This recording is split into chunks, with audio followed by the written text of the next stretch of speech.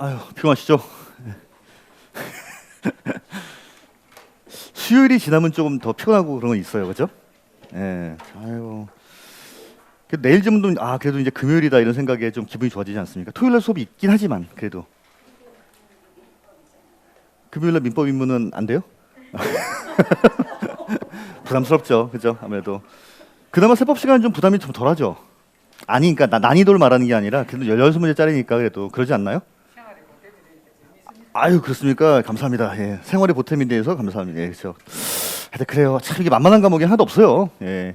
처음에는 그래도 좀 이렇게 쉬어가는 과목이 한두 개쯤 있어야 되는데 이게 하여튼 계속 다 어려우니까 이게 좀 어쩔 수가 없겠죠. 아유, 그렇게 벌써 내가 이걸 무슨 부귀영화를 누리겠다고 이걸 시작했나 하는 생각하는 분들 계세요 혹시? 벌써 그래요? 벌써 그래요? 벌써 그러면 안 되는데. 벌써는 안 됩니다. 그렇죠. 예. 어쨌든 이왕지사 시작하셨으니까 끝까지 그리고 내년 이맘때 한번 생각 한번 해보세요. 내가 합격을 했을 때 얼마나 기분이 좋겠는가. 이걸 상상하시면서 1년 버텨나가시면 되죠. 그럴 것 같습니다. 자, 이제 분리과세 보시게 되면 이제 0.07짜리, 0.2짜리, 그다음에 4%짜리가 있긴 있는데 4%짜리는 그냥 회원제 골프장 및 고급 오락장용 토지니까 별도로 쓰진 않을게요. 그걸 뭐 모르시는 분은 없을 거라 생각을 합니다. 그리고 지목이 저거기만 하면 되는 게 아니라 이제 요건을 갖춰야 되는구나라고 하는 게 좀 있었고, 그다음에 이제 여기까지 보시면 될 것 같아요. 자, 그다음에는 두 번째는 별도 합산 볼게요. 별도 합산. 자, 우리 별도 합산과세 대상 토지 같은 경우에는 초과 누진 세율 구조로 되어 있네요. 그죠? 0.2에서 0.4%로 되어 있다 보니까 얘는 별리사라고 외웠습니다. 자, 그리고 얘는요. 요거하고 비교하고 이거하고 비교하시면 돼요. 자, 무슨 얘기냐면 첫 번째 나와 있는 거는 건축물의 부수 토지예요. 건축물의 부속 토지입니다. 자, 그러면 아닌 말로 땅이 있는데 위에 공장이 있으면 얘란 얘기고 위에 상가가 있으면 이거란 얘기예요. 그죠? 자, 그러니까 얘도 요건이 비슷하다고 생각하시면 됩니다. 자, 먼저 그럼 얘도 기준 면적이라는 게 있겠는가라고 하는 거예요. 자, 있다 없다? 당연히 있겠죠. 상가 건물은 요만한데 땅이 있다시만 하다가 안 될 거 아니에요. 당연히 기준 면적이라는 게 있습니다. 자, 기준 면적 이내로 들어와 있어야 되고. 자, 그러면 우리 아까 공장 같은 경우에도 뭐 허가를 받아야 된다 이런 게 있었잖아요. 그럼 얘도 그런 게 있나요? 당연히 있죠. 여러분 허가를 받아야지. 그렇죠? 무허가 건축물의 부속 토지다. 당연히 그러면 안 됩니다. 그래서 얘도 기준 면적 요건, 허가 요건. 얘도 기준 면적 요건, 허가 요건이 있습니다. 이거는. 그러면 백남 상가 건물이라 하더라도 무허가 건축물의 부속 토지다. 무슨 과세란 얘기예요? 종합과세란 얘기예요. 종합과세. 그렇죠? 자, 세 번째. 얘는 그럼 어디 있어야 된다라고 하는 제한 사항이 있을까 없을까라고 하는 거예요. 요거는 공장인데 당연히 이제 시골 지역에 있어야 되고 시 지역 이상이라 하더라도 이런 데 있어야 되는데 얘는 그런 게 있다 없다? 없다요. 없다. 얘는 그게 없다예요. 요게 중요해서요. 땅 요건이 두 개밖에 없어요. 기준 면적 이내로 들어와 있어야 되고 그다음에 무허가면 안 되고 딱 그밖에 없습니다. 자, 근데 이제 요렇게 했더니 너무 심심한 거예요. 그래서 심심할까봐 세 가지에 대해서 좀 주의하세요라고 하는 게 나옵니다. 시험 문제는 요게 좀 많이 나와요. 주의하세요. 자, 첫 번째. 요거 얘기예요. 아니 공장 용지인데 기준 면적 이내로 들어왔고 허가를 받았어요. 근데 시지역인데 하필이면 주거지역, 상업지역 이런 데 있는 겁니다. 이해하시겠죠? 자, 그러면은 종합합산으로 해야 되는 게 맞긴 맞는데 종합이면 위에 뭐 아무것도 없다는 얘긴데 이거는 사실은 단지 위치만 거기 있는데 너무 종합은 좀 가혹하지 않냐라는 생각을 했던 거예요. 자, 그래서 좋다. 그냥 공장이긴 하지만 공장이긴 한데 주거지역 아니면은 상업지역 등에 있다. 이런 경우에는 뭘로 하겠다? 그냥 별도로 해주자라고 하는 거예요. 결국은 주거지역, 상업지역에 있는 공장은 공장이 아니라 넌 뭐야? 그냥 상가 건물하고 똑같이 취급을 해버리겠다는 거예요. 요거 좀 주의하셔야 돼요. 요거. 공장 건축물의 부속 토지인데 공업지역에 있는 게 아니라 주거지역, 상업지역 등에 있으면은 이건 뭘로 해요? 이거는 별도 합산과세로 보겠다라고 하는 거예요. 그래서 딱 봐도 좀 많이 나올 것 같죠? 공장 용지가 여기 있느냐, 여기 있느냐에 따라 달라지는 거죠. 그렇죠? 어쨌든 위에 뭐가 있는데 노는 땅은 아니잖아. 종합은 아니야라고 하는 거예요. 이건. 자, 두 번째는요.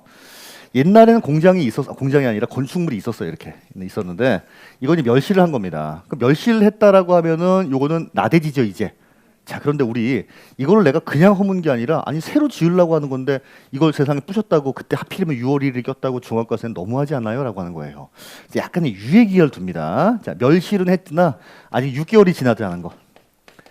멸실 후에 자 6개월 이내예요. 6개월 이내. 건축물 부순 지 6개월이 넘어갔다. 이러면 종합이죠. 6개월까지는 잠깐 좀 이렇게 홀딩 해놓은 거예요. 자, 마지막 세 번째. 어떤 사람이 이렇게 이제 나대지를 갖고 있었어요. 나대지.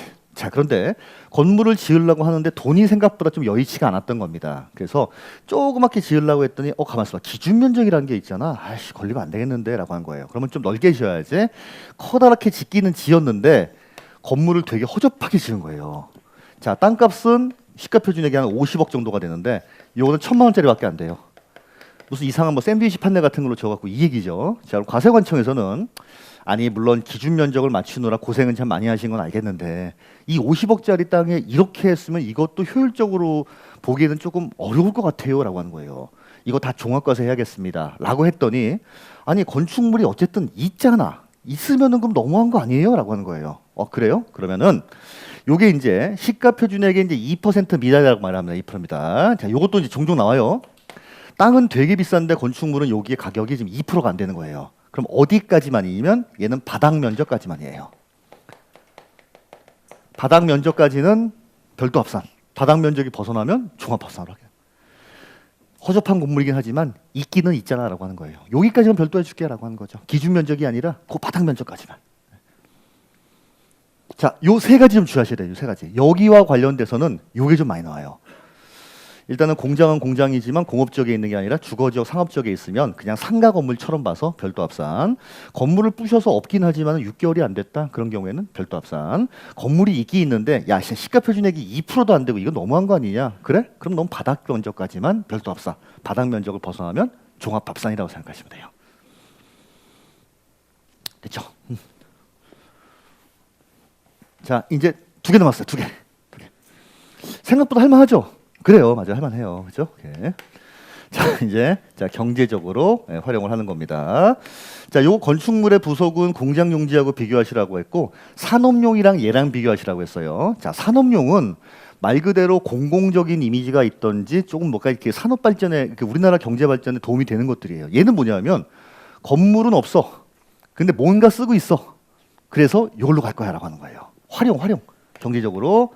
활용을 하고 있다라고 하는 겁니다. 자, 이제 여기서 나오는 게 대표적으로 첫 번째가 자동차와 관련된 땅이라고 생각하시면 돼요. 자동차 관련. 우리 자동차랑 관련되는 건 뭐가 있냐면은 주차장 용지, 차고용 토지, 자동차 운전면허 학원. 일단 문구를 읽었을 때 뭔가 자동차의 향기가 나고 자동차의 그림자가 보인다. 자, 무조건 뭘로 가라? 별도 합산으로 가라는 겁니다. 그래서 시험 문제에는 요 2가지가 자주 나옵니다. 차고용 토지. 차고용 토지하고 자, 그다음에 자동차 운전면허 학원. 이게 좀 많이 나와요. 그러면 우리 터미널 용지는 뭐예요? 터미널은 0.2짜리 분류가세였죠. 터미널을 제외하고는 하여튼 자동차의 향기가 난다. 무조건 뭘로 가라? 별도로 가라라고 하는 거예요. 뜬금없이 여기 레미콘 공장 같은 것도 들어가요. 레미콘도 자동차 아니에요. 하여튼 어떤 식으로든 끼워 맞춰가지고 자동차가 들어가면 이쪽으로 온다고 생각하시면 돼요. 자, 그 다음에는 우리 이제 물류센터, 보세창고. 물류센터라든지 이제 보세창고예요. 물류센터, 보세창고. 우리 쿠팡센터 같은 게 뭐 국가 발전에 도움이 됩니까? 그런 것식은 아니죠. 어쨌든 경제적으로 활용하고 있다는 거예요. 자, 그 다음에 이제 세 번째는 뭐냐면 우리 원형 보전 산지라고 생각하시면 돼요. 자, 원형 보전 임야입니다. 원형 보전 임야예요. 자, 어떤 게 원형 보전 임야냐면 골프장이나 스키장을 얘기하는 거예요. 골프장, 스키장. 요 장르에도 똑같이 예를 들었는데 제가 옛날에 제 동생이랑 한번 골프를 치러 갔었어요. 동생하고 이제 친척 형제들하고. 근데 거기는 원래 골프장이면 산을 깎는데 산을 가급적이면 안 깎으려고 하는 노력이 많이 보여요. 물론 이제 돈이 없어서 그렇겠지. 물론 뭐 해천도 그대로 살리고 바위도 살린 것 같아요. 그래서 캐디분한테 여기 골프장은 되게 그 이 산 자연을 좀 해치지 않고 원형 그대로 가려고 많이 노력을 한 것 같아요.라고 하더라고요. 그랬더니 맞습니다. 저희 골프장 어쩌고 막 설명을 해요. 제가 나지막히 그럼 별도겠네.라고 한마디 했어요. 옆에서 동생이 뭐냐 그게 그런 게 있다라고 했죠. 자, 골프장 스키장인데 가급적 깎지 않고 제가 혼잣말로 세퍼 선생이 별도네라고 했다. 그거 기억하세요? 네, 골프장 원형 보전 별도네, 그죠? 별도네. 자, 그 다음에 이제 준보전 산지라고 나옵니다. 원형 보전, 준보전 이렇게 써요. 예, 원형 보전, 준보전, 원형 보전, 준보전. 아까 저쪽은 문화재 보호, 상수원 보호, 문화재 보호, 상수원 보호. 얘는 원형 보전, 준보전, 준보전 산지. 자, 마지막 이것도 그래요. 종자산업법상 이런 말이 나와야 돼요. 종자산업법상 종자업자가 생산이나 연구를 위해서 가지고 있는 의미합니다. 그거 시험님 아니냐? 그죠?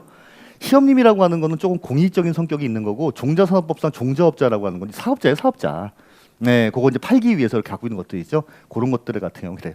요렇게 일단 외워두세요. 이것도 5가지. 더 이상 이거보다 넓힐 필요 없어요.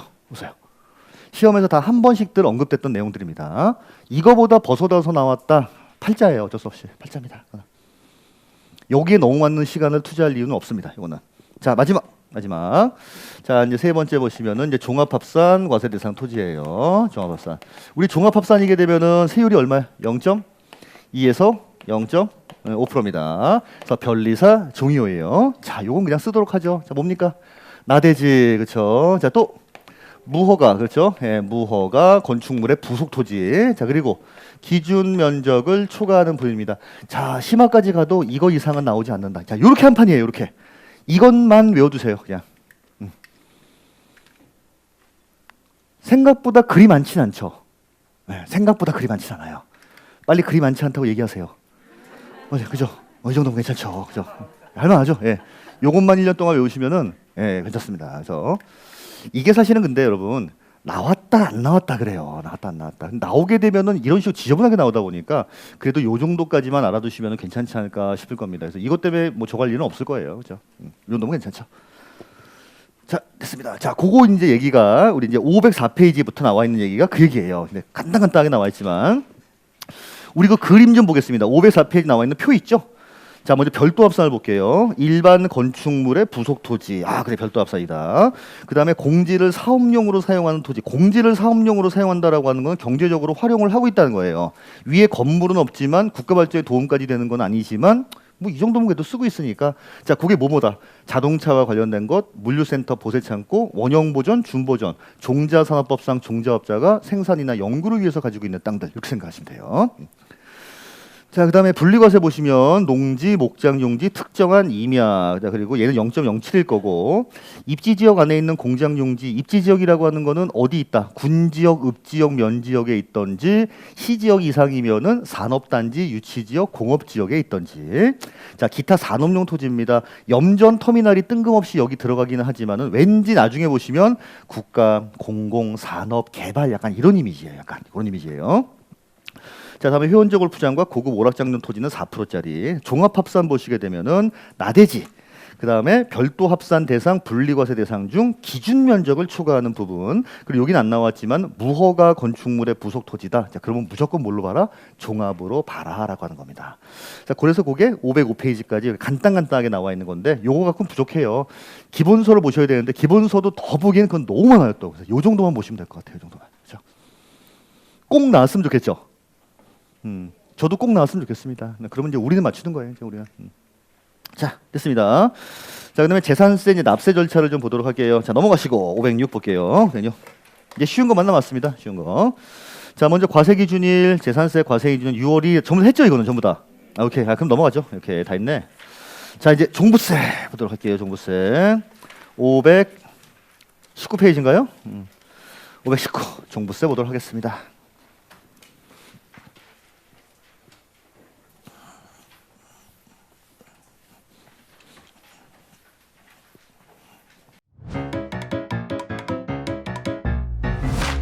에듀윌 유료 회원만의 남다른 서비스.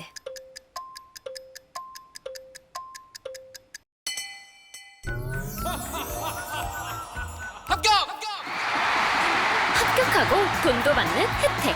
오직 에듀윌 유료 회원에게만. 에듀윌. 무료 합격!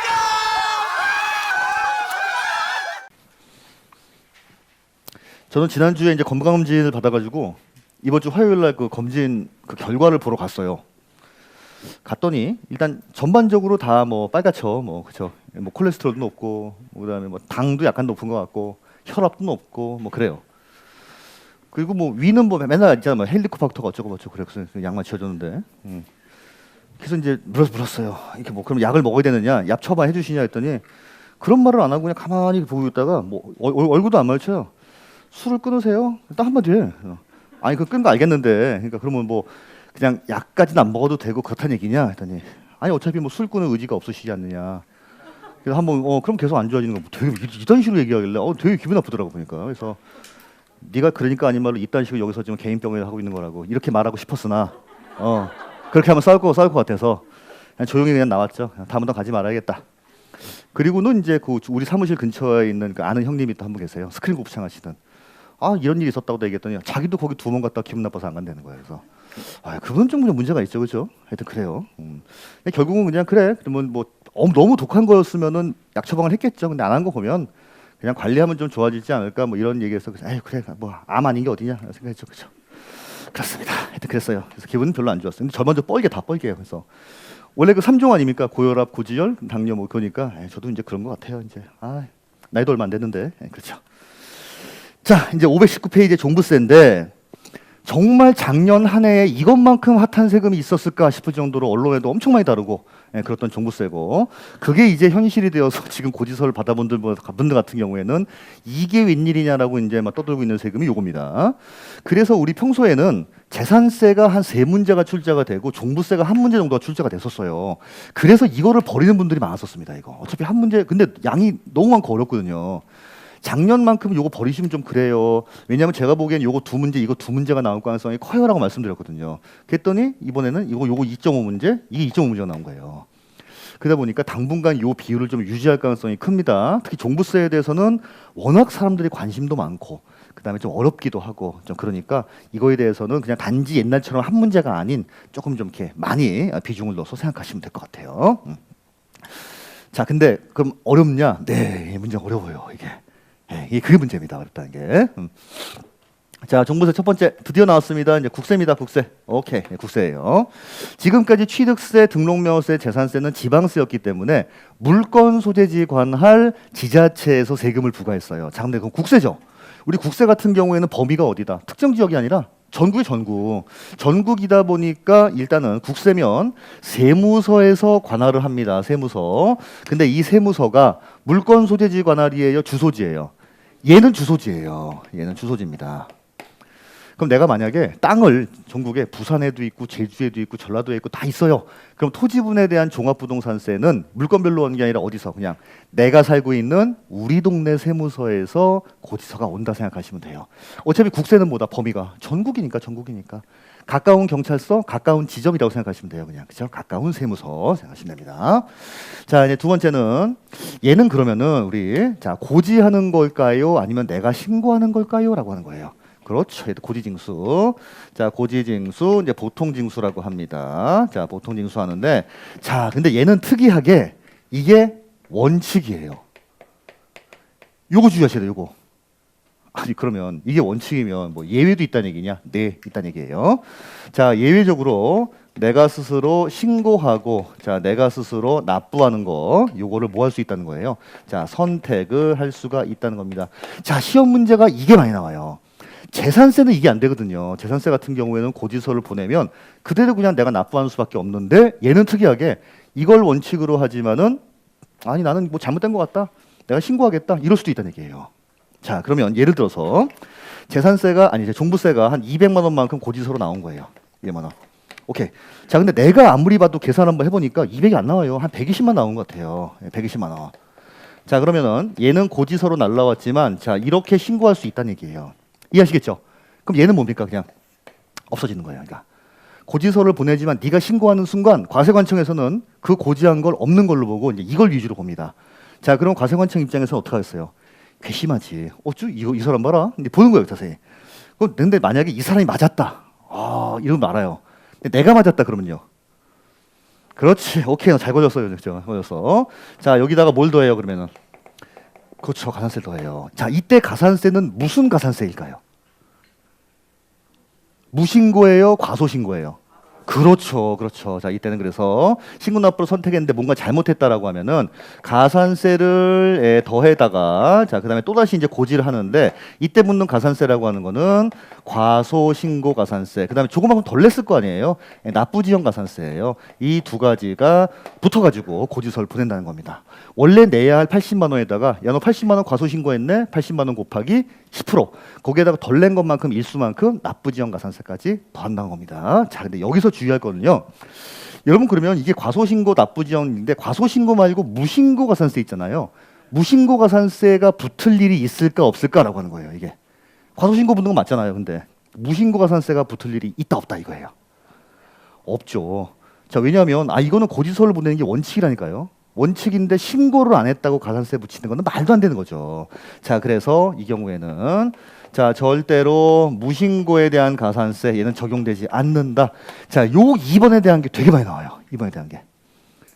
하여튼 종부세에서 말문제로 나오게 되면 이게 지문으로 안 끼는 경우가 없다라고 보시면 됩니다. 신고납부를 원칙으로 고지징수를 원칙으로 하지만 신고납부를 선택할 수도 있는데 이게 만약에 잘못 신고했다 그러면 과소신고가산세와 납부지연가산세를 더해서 고지서로 보내지만 종부세는 절대로 무신고가산세가 적용되는 일은 없다라고 하는 걸 좀 알아두셔야 돼요. 종부세 처음에는 이게 제일 중요해요. 이게 요 파트가 제일 중요합니다. 됐죠. 자, 그다음엔 얘도 그러면 일단은 저 이제 고지서를 보내는데 납기가 있을 거 아니에요? 자, 납기. 자, 언제부터 언제까지다. 얘는 지금 12월 1일부터 12월 10월까지. 그렇죠? 요것도 헷갈리시면 안 됩니다. 왜냐하면 재산세가 16일부터잖아요. 그러니까 이게 오답으로 제일 많이 나오는 건 12월 16일부터 12월 31일까지. 아니에요. 12월 1일부터 12월 15일까지입니다. 요거를 좀 잘 보셔야 돼요. 그래서 저도 종부세에 대해서 물어보는 사람이 되게 많아요. 고지서를 받아 들었는데 뭐 어떻다부터 시작해가지고 막 하여튼 아유 그러면 종부세 아주 그냥 지겨죽겠습니다. 제일 그런 거는 뭐냐면 이제 평소에 이제 알던 뭐 지인이든 친구든 그래요. 1년 내내 연락이 없다가 항상 저한테 전화하는 시기 언제냐면 소득세 신고할 때 그때 그것도 뭐 물어보러 뭐 좀 물어보려고 하는데 그래서 일단은 그러니까 평소에 연락하고 지내는 사람이 아니다 그러면 전화가 와요. 일단 안 받아요 일단. 다음날 제가 전화를 해요. 어제 전화 왔었는데? 그럼 이미 다 해결된 상태야 이미. 그런 경우가 많아요. 그렇죠. 물론 친한 친구 받아요 당연히 그렇죠. 받긴 받는데 너무 딱 보이잖아요. 그 시기에 전화했다라고 하는 거 항상 연말정산 때, 그다음 5월 때 소득세 신고할 때, 잘 지내다가 뭐 좀 물어보려고 그러는데 또 그런 거죠. 근데 그래요. 내가 이상한 건가? 내가 이상한 거예요? 그래요? 그렇죠. 예. 난 이상한 걸로. 예, 그렇죠. 자, 세 번째. 요거 물세일까 인세일까 이거예요. 물세일까요, 인세일까요? 얘는 너무너무 인세예요. 얘는 너무너무 인세입니다. 그래서 요게 이제 재산세하고 비교하면 이런 차이점들이 있죠. 자, 재산세하고 비교하면 하나는 지방세였고 얘는 국세고 얘는 고지징수만 되는데 얘는 고지징수를 원칙으로 하지만 신고납부도 가능하고 하나는 기본적으로 물세지만 조금 인세가 있었는데 얘는 전부 다 인세라고 생각하시면 됩니다. 그래서 요 차이점이 있기 때문에 요 두 가지를 좀 비교해서 알고 계셔야 돼요. 비교해서. 자, 그럼 첫 번째, 자, 또 뭐가 나오겠어요? 과세 대상 똑같아요. 과세 대상입니다. 우리 취득세 때 과세 대상은 토지, 건물, 차량, 선박, 항공기, 기계, 양식, 광어의 임목. 등록면허세 때 과세 대상은 등기 등록 행위 자체. 재산세 때 과세 대상은 뭐였어요? 토지, 건축물, 주택, 선박, 항공기였잖아요. 자, 종부세는 고중의 일부라고 하는 겁니다. 자, 딱 두 개예요. 토지하고 주택에 대해서만 과세합니다. 토지하고 주택에 대해서만. 자, 요 토지도 딱 두 개죠. 별도 합산 과세 대상 토지하고 종합 합산 과세 대상 토지 요 두 개에 대해서만 과세합니다. 자, 그러면 우리 분리과세는 대상이다 아니다? 아니에요. 일단은 자, 분리과세는 절대로 대상이 아니에요. 근데 주의하실 건 뭐냐면 우리 분리과세가 저율로 분리과세만 있는 게 아니라 고율로 분리과세도 있죠. 자, 어떤 경우? 골프장, 자, 그 다음에 고급 오락장, 특히 아니다, 특히 주의하세요. 왜냐하면 왠지 얘는 종부세 대상 같아요. 현재 골프장 종부세 내는 거 아니야? 아니에요. 재산세 때 이미 충분히 많이 거두어 드렸기 때문에 종부세까지 또 추가적으로 과세하지는 않습니다, 이거는. 자, 그 다음에 건축물. 자, 그 어떤 경우라 하더라도 건축물은 종부세가 과세가 안 됩니다. 근데 그 시가 오늘 왜 이렇게 못 쓰냐, 근데 건축물. 크게 다를 바가 없네요. 건축물입니다. 전국에 내가 상가 건물을 10개를 가지고 있는데 땅은 다 남의 거고 위에 건물만 내 거예요. 이 사람 종부세 안 내요. 건축물에 대해서는 종부세 대상이 아닙니다. 자, 그 다음에 우리 주택도 보시면 얘는 뭐에 대해서냐면 주거용 주택에 대해서만 종부세 과세합니다. 자, 그러면 뭐는 아니다 우리? 그렇죠. 별장에 대해서는 아니라고 생각하시면 돼요. 그래서 이거 특히 주의하세요. 분리과세 대상 토지 아닙니다. 건축물 아닙니다. 별장 아닙니다. 종부세 대상은 이렇게밖에 없다라고 하는 거예요. 그럼 우리 얘네들의 특징이 우리 뭐라 그랬죠? 얘네들의 특징? 재산세 때 세율이 뭘로 돼 있다? 자, 얘는 재산세 때 별, 리사. 얘는요 종, 2호. 그렇죠? 얘는요 주, 일산이에요. 재산세 때 초과 누진 세율 구조로 되어 있는 얘네들만 종부세 대상이라고 생각하시면 돼요. 종이요, 별리사, 주일사 얘네들만 대상입니다. 나머지는 대상이 아니에요. 이건. 그래서 시험 문제 이것도 많이 물어보죠. 이것도 특히. 왠지 얘네들 별장 뭐 이런 것들은 대상일 것 같거든요. 근데 그게 아니라고 하는 거예요. 좀. 이것도 왠지 뭐 그냥 크게 어렵지 않을 것 같죠? 어렵지 않아요. 막상 보면은 사람들 되게 쫄아서 그렇지 어렵지 않아요. 자, 그다음에 그러면 우리 종합합산의 가장 대표 주자는 누구였죠? 나대지 아까 나대지 무허건축물 부스토지 기준 면적 초과한 거. 나는 그냥 조그만 나대지 하나 갖고 있어요. 그거 공시지가로 해봤자 뭐 한 2억밖에 안 돼요. 근데 재산세는 재산세를 매기고 나대지라고 해서 거기서 종부세 매기고 이건 너무 좀 심하지 않냐라고 하는 거예요. 그래서 오케이. 일정하게 사이즈가 있는 거 이제 초과되는 부분에 대해서만 과세합니다. 부분. 자, 이제 요걸 알고 계셔야 되는데 별도 합산은요. 6월 1일 현재의 이제 공시 가격이라고 말을 해요. 야, 지금까지 전부 다 지방세에서는 시가 표준이라고 했는데 얘는 그거 이름이 뭐예요? 공시 가격. 시가 표준의 공시 가격, 나중에 소득세 때 나오는 기준 시가. 그냥 다 같은 말이라고 생각하셔도 문제 없어요. 이 용어를 왜 조금씩 다릅니다. 통일이 안 돼 있고, 자, 지방세 때는 시가 표준에, 종부세에서는 공시 가격, 그 다음에 소득세에서는 기준 시가 다 같은 말이에요. 6월 1일 현재 공시 가격을 합칩니다. 자, 어디 거를? 전국 거를, 그렇죠? 네, 전국에 있는 내 소유의 이것들을 합치는 거예요. 자, 얘는 80억에 80억. 80억을 초과해야만 종부세 과세하겠다는 거예요. 80억. 우리 별도 합산의 대표적이 뭐였어요? 우리 건축물의 부수토지. 그러니까 내가 상가 건물을 갖고 있으면 건물에 대해서는 종부세가 안 나옵니다. 재산세만 나오는데 땅에 대해서는 원래 기본적으로 재산세가 과세가 되지만 뭐야 전국에 있는 걸 내가 전부 다 공시가격 합쳐봤더니 90억이네. 그러면은 80억이 넘는 10억에 대해서 뭐가 종부세가 과세가 된다는 거예요. 이해하시죠? 그러면 돼요. 상가 건물 갖고 있으면 건물에 대해서 안 나옵니다. 재산세만 나와요. 근데 종부세는 땅값을 전국에 있는 거 합쳐봤더니 80억이 넘는다. 80억 넘는 부분에 대해서 나온다는 거예요.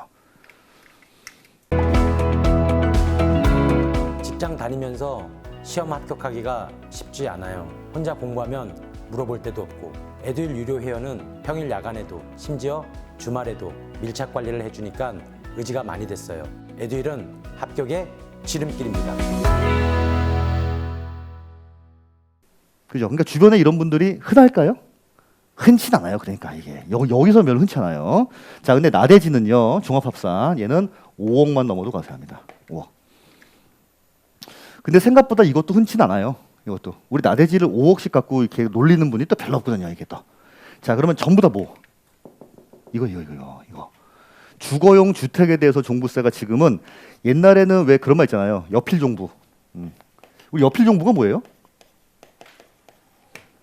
여자는 반드시 종부세 있는 남자를 만나야 된다. 이거잖아요, 그죠? 예. 그런 농담이 있었어요. 여필 종부. 종부세 남자는 된다. 근데 지금은 종부세 이제 많이 내요. 예. 그러니까 이제 이게 그래요. 여필 종부. 자, 그래서 요거는 이제 개인이 갖고 있는 경우하고 법인이 갖고 있는 경우하고 좀 차이가 있습니다. 요게 옛날엔 구분이 없다가 작년도에 법인이 주택을 가지고 있는 거에 대해서 제재가 엄청 심해졌어요. 그때 이제 나온 게 취득세. 법인이 여러분 취득하면은 취득세 몇 프로였죠? 무조건 12%. 주택수에 관계없이 법인이 취득하면 무조건 10이었잖아요. 이것도 마찬가지예요. 재산세까지는 그렇다 치더라도 종부세 때 여기에 대해서 엄청 제재하기 시작했습니다. 자, 개인은 6억 원이에요. 6억 원. 자, 이제 그러니까 이게 문제예요. 옛날에는 우리 공시가격 6억짜리 집이 생각보다 별로 없었거든요. 이게. 근데 요즘은요. 정말 여기저기 6억짜리 넘쳐나기 시작했습니다. 6억. 자, 근데 법인은 무조건이에요. 법인은 무조건 집만 갖고 있다. 종부세 무조건 대상이에요. 그러니까 이 제재 사항이 이제 첫 번째로 나옵니다. 이게 법인은 무조건이야. 그렇죠? 자, 딱 봐도 일단 과세 대상에 대해서 문제가 참 좋을 것 같죠. 종부세 때 이거 한 문제로 내는 거 참 좋아해요. 자, 뭘 물어보냐면 보기를 줘요. 근데 이렇게 나오는 게 아니라 갑자기 뭐라고 할까? 건축물의 부속 토지인데 전국에 합쳐봤더니 90억이다. 여기 대상이 맞냐? 뭐 이런 것들. 자, 그 다음에 차고용 토지를 내가 얼마를 갖고 있다. 그럼 차고용 토지가 무슨 과세인지를 일단 알아야 풀 수 있을 거 아니에요. 그래서 아까 토지에 대한 분류가 중요하다라고 하는 게 이것 때문에 그래요. 여기가 참 시험 문제 나오는데 그거를 그런 식으로 줘버리게 되면은 이게 별도인지 종합인지 분리를 구분할 줄 알아야 대상인지 아닌지 구분할 줄 알기 때문에 그래요. 그것 때문에 그렇습니다.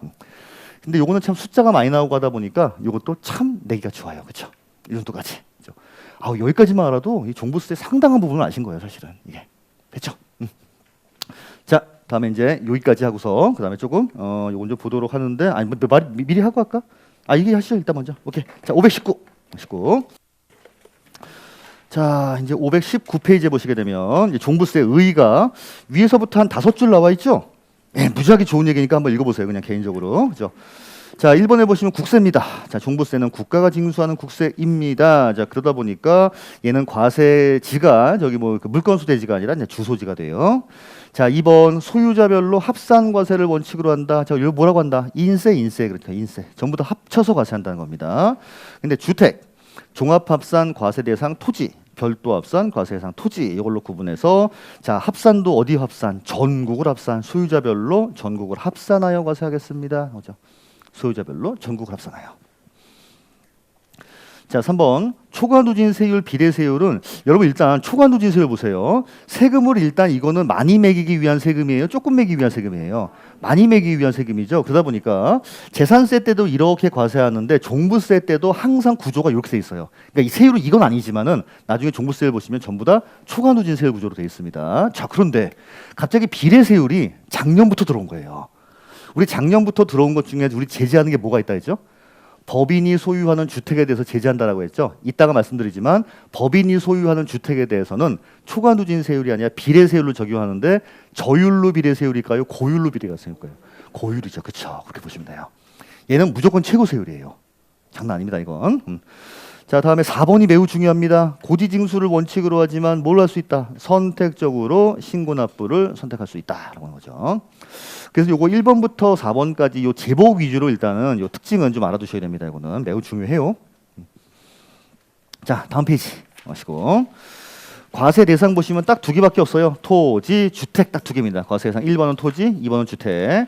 자, 그다음에 토지 중에도 재산세가 과세가 되는 종합합산 과세 대상이 되는 토지, 재산세가 과세가 되는 별도 합산 과세 대상인 토지고, 주택을 보시면 부속 토지를 포함을 하지만은 재산세 과세 대상인 주택인데, 자, 거기 밑줄 뭐는 제외, 별장은 제외.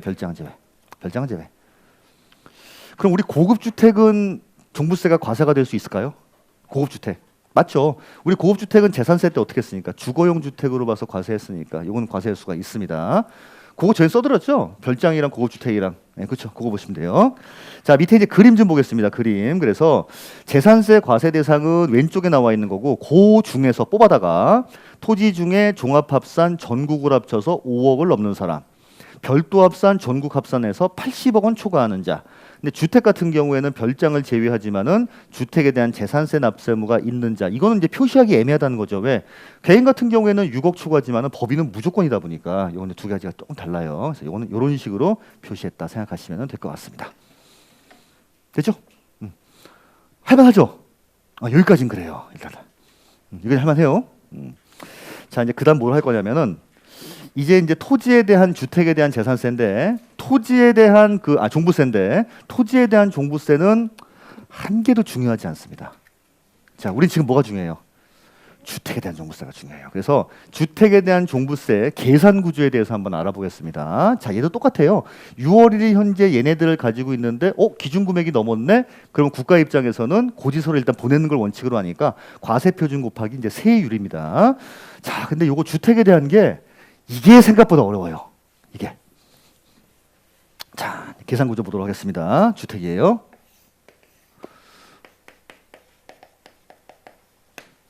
자, 먼저 과세 표준. 우리 재산세 때 과세 표준은 뭐였죠? 재산세 때 6월 1일 현재 시가 표준액에다가 얼마를 곱했어요? 주택은 60% 그렇죠. 그게 과세 표준이잖아요. 재산세 과세 표준은 6월 1일 현재 시가 표준액에 60을 곱한 게 과세 표준이었어요. 요것도 비슷합니다. 요것도 자, 근데 얘는 하나에 대해서만 과세하는 게 아니라 전국에 있는 거를 합산을 해야 되잖아요. 그래서 전국에 있는 6월 1일 현재의 공시가격을 일단 합쳐요. 전부 다 합칩니다. 재산세 같은 경우에는 집이 내가 여러 개 있다 하더라도 물건별로 과세하니까 그냥 거기 시가 표준액 그냥 자체에다가 이제 60을 곱하면 됐는데 얘는 일단 합쳐야 돼요. 합치고 자, 그다음에 우리 요게 만약에 개인이 소유하고 있다라고 하면은 자, 6억 초과하는 부분에 대해서만 과세하는 거죠.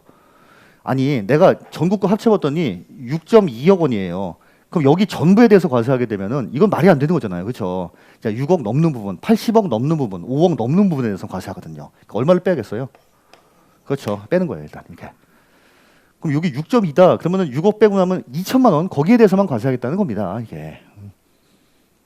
그럼 결국 내가 집을 내가 두세 개 정도 가지고 있는데 합쳐봤더니 5억 9천이다. 그럼 낼 게 없다. 딱 6억이다. 그래도 없다. 요것만 살짝 넘으면 그때 이제 과세가 됩니다. 자, 그다음에 여기다가 요것도 이제 공정시장가액 비율을 곱해야 되는데 우리 재산세 때는 60이었잖아요. 자, 얘는요 100%예요. 자, 결국 곱하나 마나 똑같다라고 하는 거죠. 공정시장가액 비율.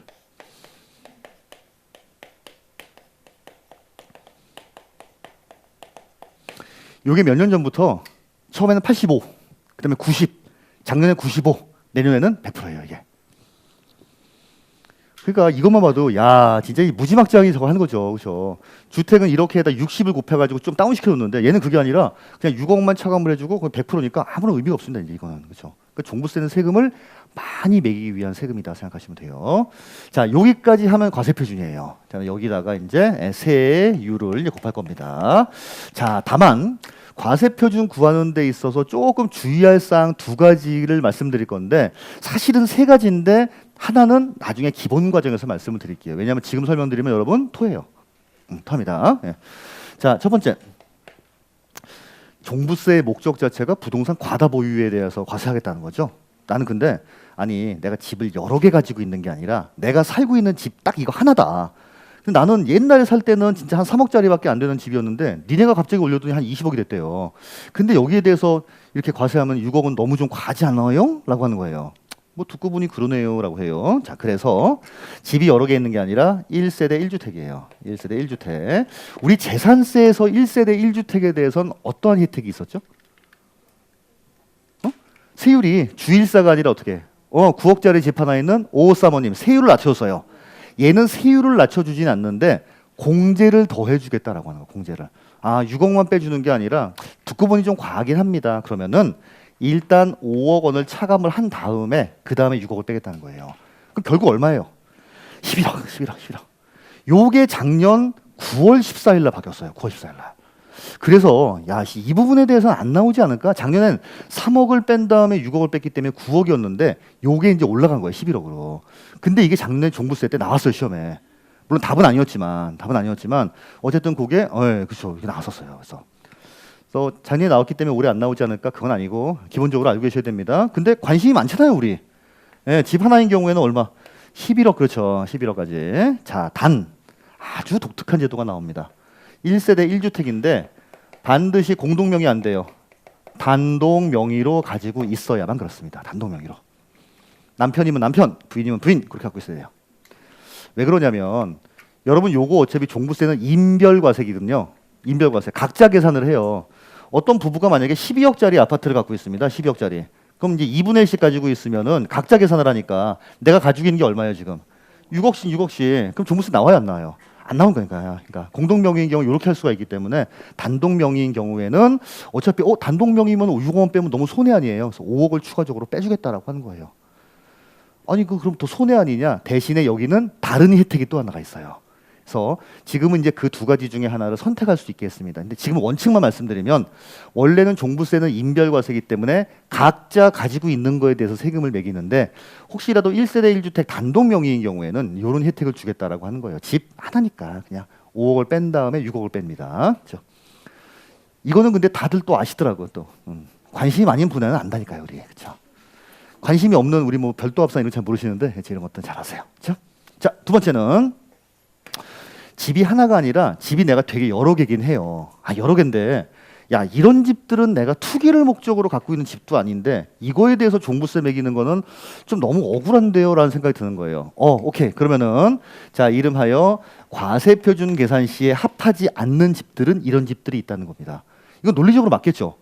아니, 예를 들어서 내가 살고 있는 집이 하나 있고 하나는 예를 들어서 무슨 문화재 주택이래요. 아니, 그거를 포함시킨다는 게 말도 안 되지 않습니까? 그죠? 그래서 그런 빼주는 집들이 몇 가지가 있어요. 자, 요것도 한 6가지 정도가 되는데 요 정도만 좀 알아두시면 됩니다. 자, 첫 번째. 투기를 목적으로 갖고 있는 집이 아니라 자, 임대사업자 등록을 한 집이에요. 자, 이게 사실은 옛날에 엄청난 혜택이었어요. 내가 집을 3-4개 갖고 있는데 그 내가 살고 있는 집뿐만 아니라 나머지 집에 대해서 임대사업자 등록을 하게 되면 종부세를 그 집은 안 매겼던 거예요. 그러니까. 그래서 이거 우리 저는 2017년도에 처음에 문재인 정부 들어서자마자 강조했던 게 뭐예요? 주택임대사업자 내라. 그러면은 취득할 때도 혜택을 줄 거고 보유하고 있을 때도 종부세도 안 매길 거고 그거 팔았을 때 양도세도 중과하지 않겠다라고 한 거예요. 그랬더니 우르르 했잖아요. 너무 많이 혜택을 준 겁니다. 아, 그래? 이거 너무 심한데? 그래서 지금은 단서 조항이 붙어요. 2018년도 9.13 대책 이후부터는요. 집이 하나 있는 상태에서 장기 임대사업자 등록을 한 주택을 취득을 한다든지 어쨌든 하게 되면 지금은 포함시켜요. 이제는. 이건 원칙이지만은 지금은 그런 경우에는 포함시킨다라고 하는 건데 그것도 기본 때 그냥 말씀을 드릴게요. 일단 요걸 일단 알아두시고 자, 두 번째는 자, 문화재 주택 조금 전에 말씀드렸던 내가 청주안시 문양공파 만약에 종손이라고 할게요. 근데 우리 집이 무슨 사적 몇 호로 이렇게 돼 있는 거예요. 근데 이 집 같은 경우에는 그럼 종부세 매기면 안 되겠죠. 이거는 투기 목적으로 갖고 있는 집이 아니니까. 자, 세 번째는 미분양 주택입니다. 자, 우리 미분양 주택이 뭐냐면 미분양된 걸 내가 샀다는 얘기가 아니라 나는 빌라업자예요. 빌라업자. 쉽게 말하면. 자, 요렇게 내가 빌라업자 이렇게 있고 내가 살고 있는 집이 이렇게 하나 있는 거예요. 난 개인 사업자입니다. 요거 4개는 분양이 잘 됐는데 1층이라 이게 안 팔린 거예요. 난 집이 그럼 하나, 둘, 3개죠. 근데 이거는 내가 투기 목적으로 갖고 있는 겁니까? 아니죠. 요건 내가 하고 있는 사업의 재고 자산일 뿐이에요. 그래서 요것도 신청하면 종부세 빼주겠다라고 하는 거예요. 그래서 요것만 과세하겠다는 겁니다. 자, 세 번, 그 다음에는 무슨 노인 복지 주택이라든지 아니면 가정용 어린이집. 우리 가정용 어린이집이 뭐죠?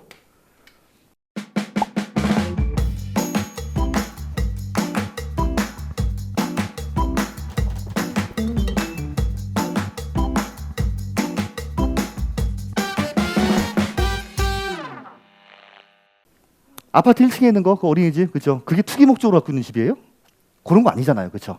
그런 거 정도 생각하시면 될 것 같습니다. 그 다음에 또 뭐가 있을까? 응? 그건 너무 좀 저거하고요. 잠깐만 제가 볼게요. 그렇죠. 어제 모아빠이오트 기숙사태. 예. 자, 기숙사라든지 사택 같은 경우에 이거 들어갑니다. 일단 이 정도 알아두세요, 이 정도, 그렇죠? 이거는 근데 누가 딱 봐도 뭐예요? 투기를 목적으로 갖고 있는 집이 아니죠. 근데 요거는 너무 많이 혜택을 줬기 때문에 기본 과정에 말씀드릴 거는 여기에 대해서 지금은 임대사업자 등록을 해도 합치는 집들이 있다 정도 생각하시면 됩니다. 자, 그럼 심플해요. 집을 가지고 있는 것들에 대해서 6월 1일 현재 공시가격을 일단 합쳐서 6억을 빼는데 집이 여러 개가 아니라 한 개인 경우에는 5억을 추가적으로 빼주겠다는 거고 집이 여러 개라 하더라도 이런 집들은 합치지 않겠다는 거예요. 결국은. 그렇게 보시면 돼요. 그렇죠? 여기까지 괜찮죠? 괜찮아요. 그렇죠? 할만해요. 원래 종부세도. 그렇죠? 점점 이제 어려워집니다. 근데 자, 세율이에요. 우리 그 주택의 재산세 때 세율은 얼마였어요? 주거용 주택은 0.1에서 0.4. 그다음에 9억 이하권 같은 경우에 9억 이하 1세대 1주택은 0.05에서 0.35예요. 세율 자체가 되게 심플하죠. 심플한 게 낫죠. 자, 얘는요. 집이 2주택 이하냐 아니면 당신이 집이 2개라 하더라도 자, 조정 대상 지역 내 2개냐 2주택 또는 여기나 마나 전부 다 합쳐서 3주택 이상이냐 이거에 따라서 세율이 달라져요. 아이고 깨죠? 집 2주택 이하인지 아니면 조정 대상 지역 내 2주택 또는 3주택 이상인지. 그럼 예를 들어서 내가 조정 대상에 집이 하나 있고 조정 대상 밖에 집이 하나 있어요. 그런 경우 세율을 뭘로 하겠다? 이런 얘기예요. 똑같이 2개인데 서울에 2채가 있다. 그럼 세율이 이런 얘기예요. 그 다음에 조정 대상 지역 내에 만약에 하나 있고 그 외에 이렇게 세 채가 있다. 이런 경우에도 이걸 적용하겠다는 겁니다. 이거 됐어요? 오케이. 0.6에서 3.0%예요. 여러분 이거 주택에 대한 거 비교해 보세요. 주택은 0.1에서 얼마입니까? 0.4죠. 그 0.1만 하더라도 지금 6배에다가 0.4만 8배 정도가 되는 거예요. 얘는요, 이거의 2배예요. 1.2에서 6.0%입니다. 그러니까 세율이 엄청 센 거 사실 이게. 이게 단지 숫자기 때문에 감이 안 와서 그렇지 이게 실질적으로 따지게 되면은 되게 센 거예요, 이거. 그럼요. 자, 요거는 이렇게 해보세요, 여러분. 2주택 이하 5개죠. 5, 6에 30 이렇게. 2주택 이하 5, 6에 30. 그다음 얘는 몇 배? 2배, 딱 2배, 2배. 오케이. 5, 6에 30, 그다음에 2배 이렇게 보세요.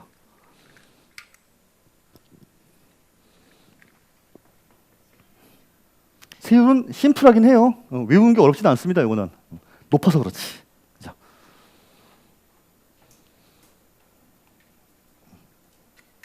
자, 그렇게 해서 이제 과세 표준 곱하기 이제 세율을 하게 되면 우리 항상 과세 표준 곱하기 세율하면 뭐예요? 산출세액이죠. 산출세액인데 얘는 종합부동산세액이라고 할게요. 종합 부동산 세액이라고 하겠습니다. 자, 우리 이제 여기서 뭘 빼냐면은 재산세의 이중과세 조정을 해줘요. 자, 여기까지 하면 이게 산출세액이에요. 이게 이제 산출세액입니다. 자, 이것도 여기까지만 좀 쉽게요. 자, 이거 지워도 되죠? 이거 줄까? 이거 주죠. 이거. 자, 쟤는 무슨 얘기냐면, 자, 이거 이 얘기입니다. 나는 만약에 강남에 아파트를 갖고 있는데 여기 한 15억쯤 된다고 칠게요. 자, 그다음에 우리 동작구에 이거 10억짜리 아파트를 갖고 있다고 하겠습니다. 자, 합치면 이제 25억이잖아요. 25억. 일단 둘이 합쳐서 6억 원을 넘기 때문에 이제 종부세의 대상이에요. 대상인데 이제 요걸 이제 이렇게 이제 일렬로 세워 보면은 요게 이제 25억 아닙니까? 25억을 어쨌든 이 부분에 대해서는 지금 재산세가 과세가 됐잖아요. 강남은 강남구에서 여기에 대해 재산세 매겼을 거고 그다음에 동작구는 동작구대로 재산세 매겼을 거예요. 근데 갑자기 두 개 합쳐서 이 6억 원이 넘는다고 이 부분에 대해서는 종부세가 과세가 된다는 겁니다. 우리 종부세 과세 일단은 6억을 빼주니까 6억 넘는 거에 대해서만 과세하는 거 아니에요. 자, 문제는 여기까지도 괜찮은데 이 부분은 이중과세라는 얘기예요. 그러니까 재산세도 과세가 되고 종부세도 과세가 되니까 이건 좀 아니지 않아? 라고 하는 거예요. 아, 그래? 오케이. 그러면은 6억까지는 재산세 과세한 거 맞지? 네, 맞아요. 이 중에서 6을 빼주겠다는 거예요. 요만큼을. 이해하시죠? 종부세가 과세가 되는 요 금액에 대해서 부과된 재산세는 종부세액에서 공제를 해주겠다는 겁니다. 계산 문제 안 나옵니다. 계산 문제 나오면 저도 못 풀어요. 이거는 진짜요. 네, 안 나옵니다. 자, 다만 이게 뭐냐라고 하는 뭐가? 아, 이게 뭐긴 저런 식으로 돼 있어서 재산세와 종부세 이중과세 문제가 발생하기 때문에 종합부동산세가 과세가 되는 그 부분에 대한 재산세 그거만큼은 종부세액에서 공제를 해주겠다까지만 하시면 돼요. 요렇게까지 해야 요게 이제 산출세액이에요. 오케이. 됐죠? 자, 여기까지만 또 볼게요. 여기까지만 뭐 또 있어? 네, 또 있어요. 자, 이제 520페이지 보겠습니다. 520. 이게 주택에 대한 종부세가 좀 어려워요. 자, 주택에 대한 종합부동산세 1번 납세 의무자 보겠습니다. 과세 기준일 현재 주택에 대한 재산세 납세 의무자인데 물론 얘네들이라고 무조건 내는 건 아니고 법인은 무조건 내지만 개인은 6억 넘는 경우에만 냅니다. 자, 근데 신탁법에 따라 수탁자 명의로 등기 등록된 신탁재산은 자, 납세 의무자를 누구로 보겠다? 위탁자로 보겠다. 재산세 때도 위탁자였잖아요. 종부세도 당연히 위탁자죠. 자, 즉 종부세 대과세할 때 위탁자가 신탁재산을 소유하고 있다고 봅니다. 자, 과세표준 볼게요. 개인인 경우 일반적인 경우에는 주택에 대한 과세표준은 납세 의무자별로 주택의 공시가격을 합한 금액에서 얼마를 6억 원을 공제한 금액에다가 공정시장가액 비율을 곱하는데 자, 공정시장가액 비율은 의미가 없다는 겁니다. 지금은 몇 프로예요? 100%. 그죠? 100%니까 아무런 의미가 없어요. 이거는 이제. 자, 다음에 옆쪽에 다만 1세대 1주택 521페이지 메뉴에 보시면 1세대 1주택인데 거기 밑줄할게요. 자, 한 명이 소유한 경우에요. 단독 명의인 경우. 공동 명의 안 됩니다. 반드시 한 명이 소유한 경우에 대해서는 5억 원을 공제한 금액에서 다시 6억을 뺀다. 그럼 결국 얼마예요? 11억. 그렇죠. 11억까지 빼주겠다는 겁니다. 거기다가 공정시장가액 비율을 곱하는데 자, 우리 법인이 주택을 소유한 거에 대해서 제재 사항이 이제 몇 가지가 있다라고 했죠. 첫 번째 나오는 게 요겁니다. 법인은요. 이거 안 빼줘요. 법인은. 이게 문제예요. 그럼 법인은 뭐다? 6억 이하. 내가 만약에 법인이 2억짜리 아파트를 갖고 있더라도 그 뭘 하겠다는 거예요? 종부세를 과세하겠다라고 하는 거죠. 자, 그래서 요건 좀 보셔야 됩니다. 자, 이제 법인이 법인 소유하고 있는 주택에 대해서 제재 사항이 딱 세 가지가 나오는데 그 중에 첫 번째가 기본적으로 공제를 해주는 금액이 없다라고 하는 거예요. 개인은 6억 원을 빼주는데 얘는 없어요. 얘는 없어요. 그러니까 법인 소유 주택은 무조건 종부세가 나온다고 생각하시면 돼요. 물론 아닌 집들도 있긴 있는데 기본적으로 여기까지만 알아두시면 됩니다. 자, 그래서 3번 법인이나 단체 등에 대한 주택의 과세 표준은 거기 밑에 보충 박스 보세요.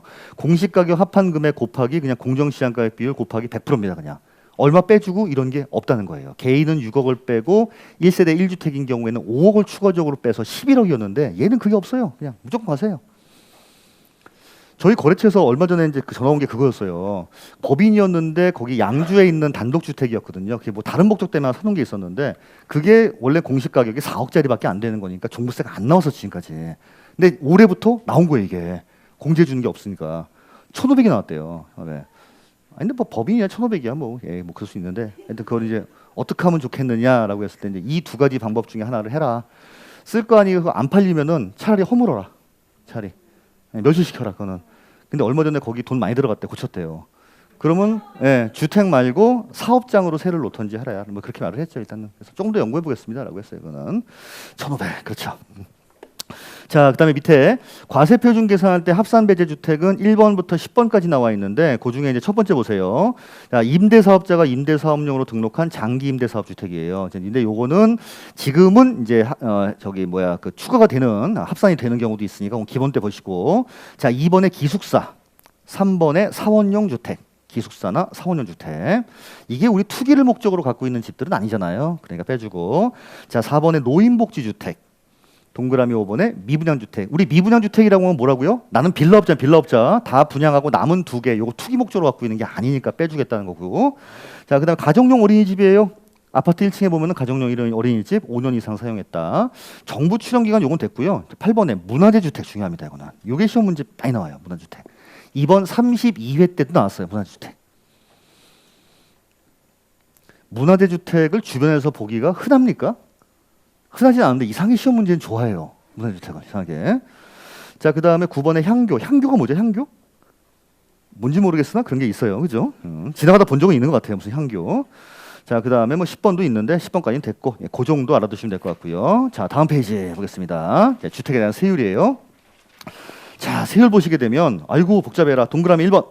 납세의무자가 2주택 이하를 소유한 경우에는 0.6에서 3.0입니다. 근데 이게 뭐 그냥 구간까지 알 필요는 없어요. 그냥 0.6에서 3.0이 적용되는구나. 동그라미 2번. 납세의무자가 조정 대상 지역 안에 2주택자이거나 3주택 이상을 소유한 경우에는 1.2에서 6.0이에요. 집이 2개인데 조정 대상 지역 안에 있는 집을 갖고 있던지 네가 하여튼 어딘지 관계없지만 전국에 세 채를 갖고 있다. 이런 경우에는 무조건 1.2에서 6.0. 근데 이거 외울 때 어떻게 외우라고요? 2주택 이하니까 5, 6에 30. 자, 그다음에 밑에 거는 2배. 1.2에서 6.0. 자, 근데 3번. 납세 의무자가 법인 또는 법인으로 보는 단체인 경우에 어떡하냐라고 하면요. 우리 지금 법인이 주택을 갖고 있는 경우에는 일단 6억 빼주는 것도 없었죠. 자, 세율도요. 무조건 3.0, 무조건 6.0이에요. 오, 법인은 무조건 세율 자체가 그냥 3.0, 6.0%. 즉 비례세율. 이게. 그럼 법인이 만약에 10억짜리 집을 갖고 있다고 할게요. 10억짜리 집을 갖고 있으면 빼주는 것도 없어요. 10억 곱하기 3.0. 10억에 3% 하면 얼마입니까? 3천만 원이죠. 3천만 원. 그 정도면 많은 거죠. 많은 거죠. 그 정도면 많은 거예요. 그러니까 우리 거기가 1,500씩 나왔다니까 그냥 그 정도씩. 그렇죠? 그렇게 보시면 돼요. 예. 자, 그다음에 이제 거기까지. 그다음에 밑에 재산세 이중과세 그 두 줄은 밑줄 할게요. 뒤줄. 주택에 대한 종부세가 과세가 되는 금액에 대해서 해당 주택에 대한 재산세로 부과된 세액을 공제를 하겠습니다. 이거 계산 문제는 안 나옵니다. 그냥 재산세를 공제해 주는구나. 요거는 말 문제로는 되게 많이 나와요. 말 문제로. 그렇게까지 보시면 될 것 같아요. 자, 요거 칠판 지우지 마시고 자 5분까지 시도하겠습니다. 5분. 저 조시계로 5분이요.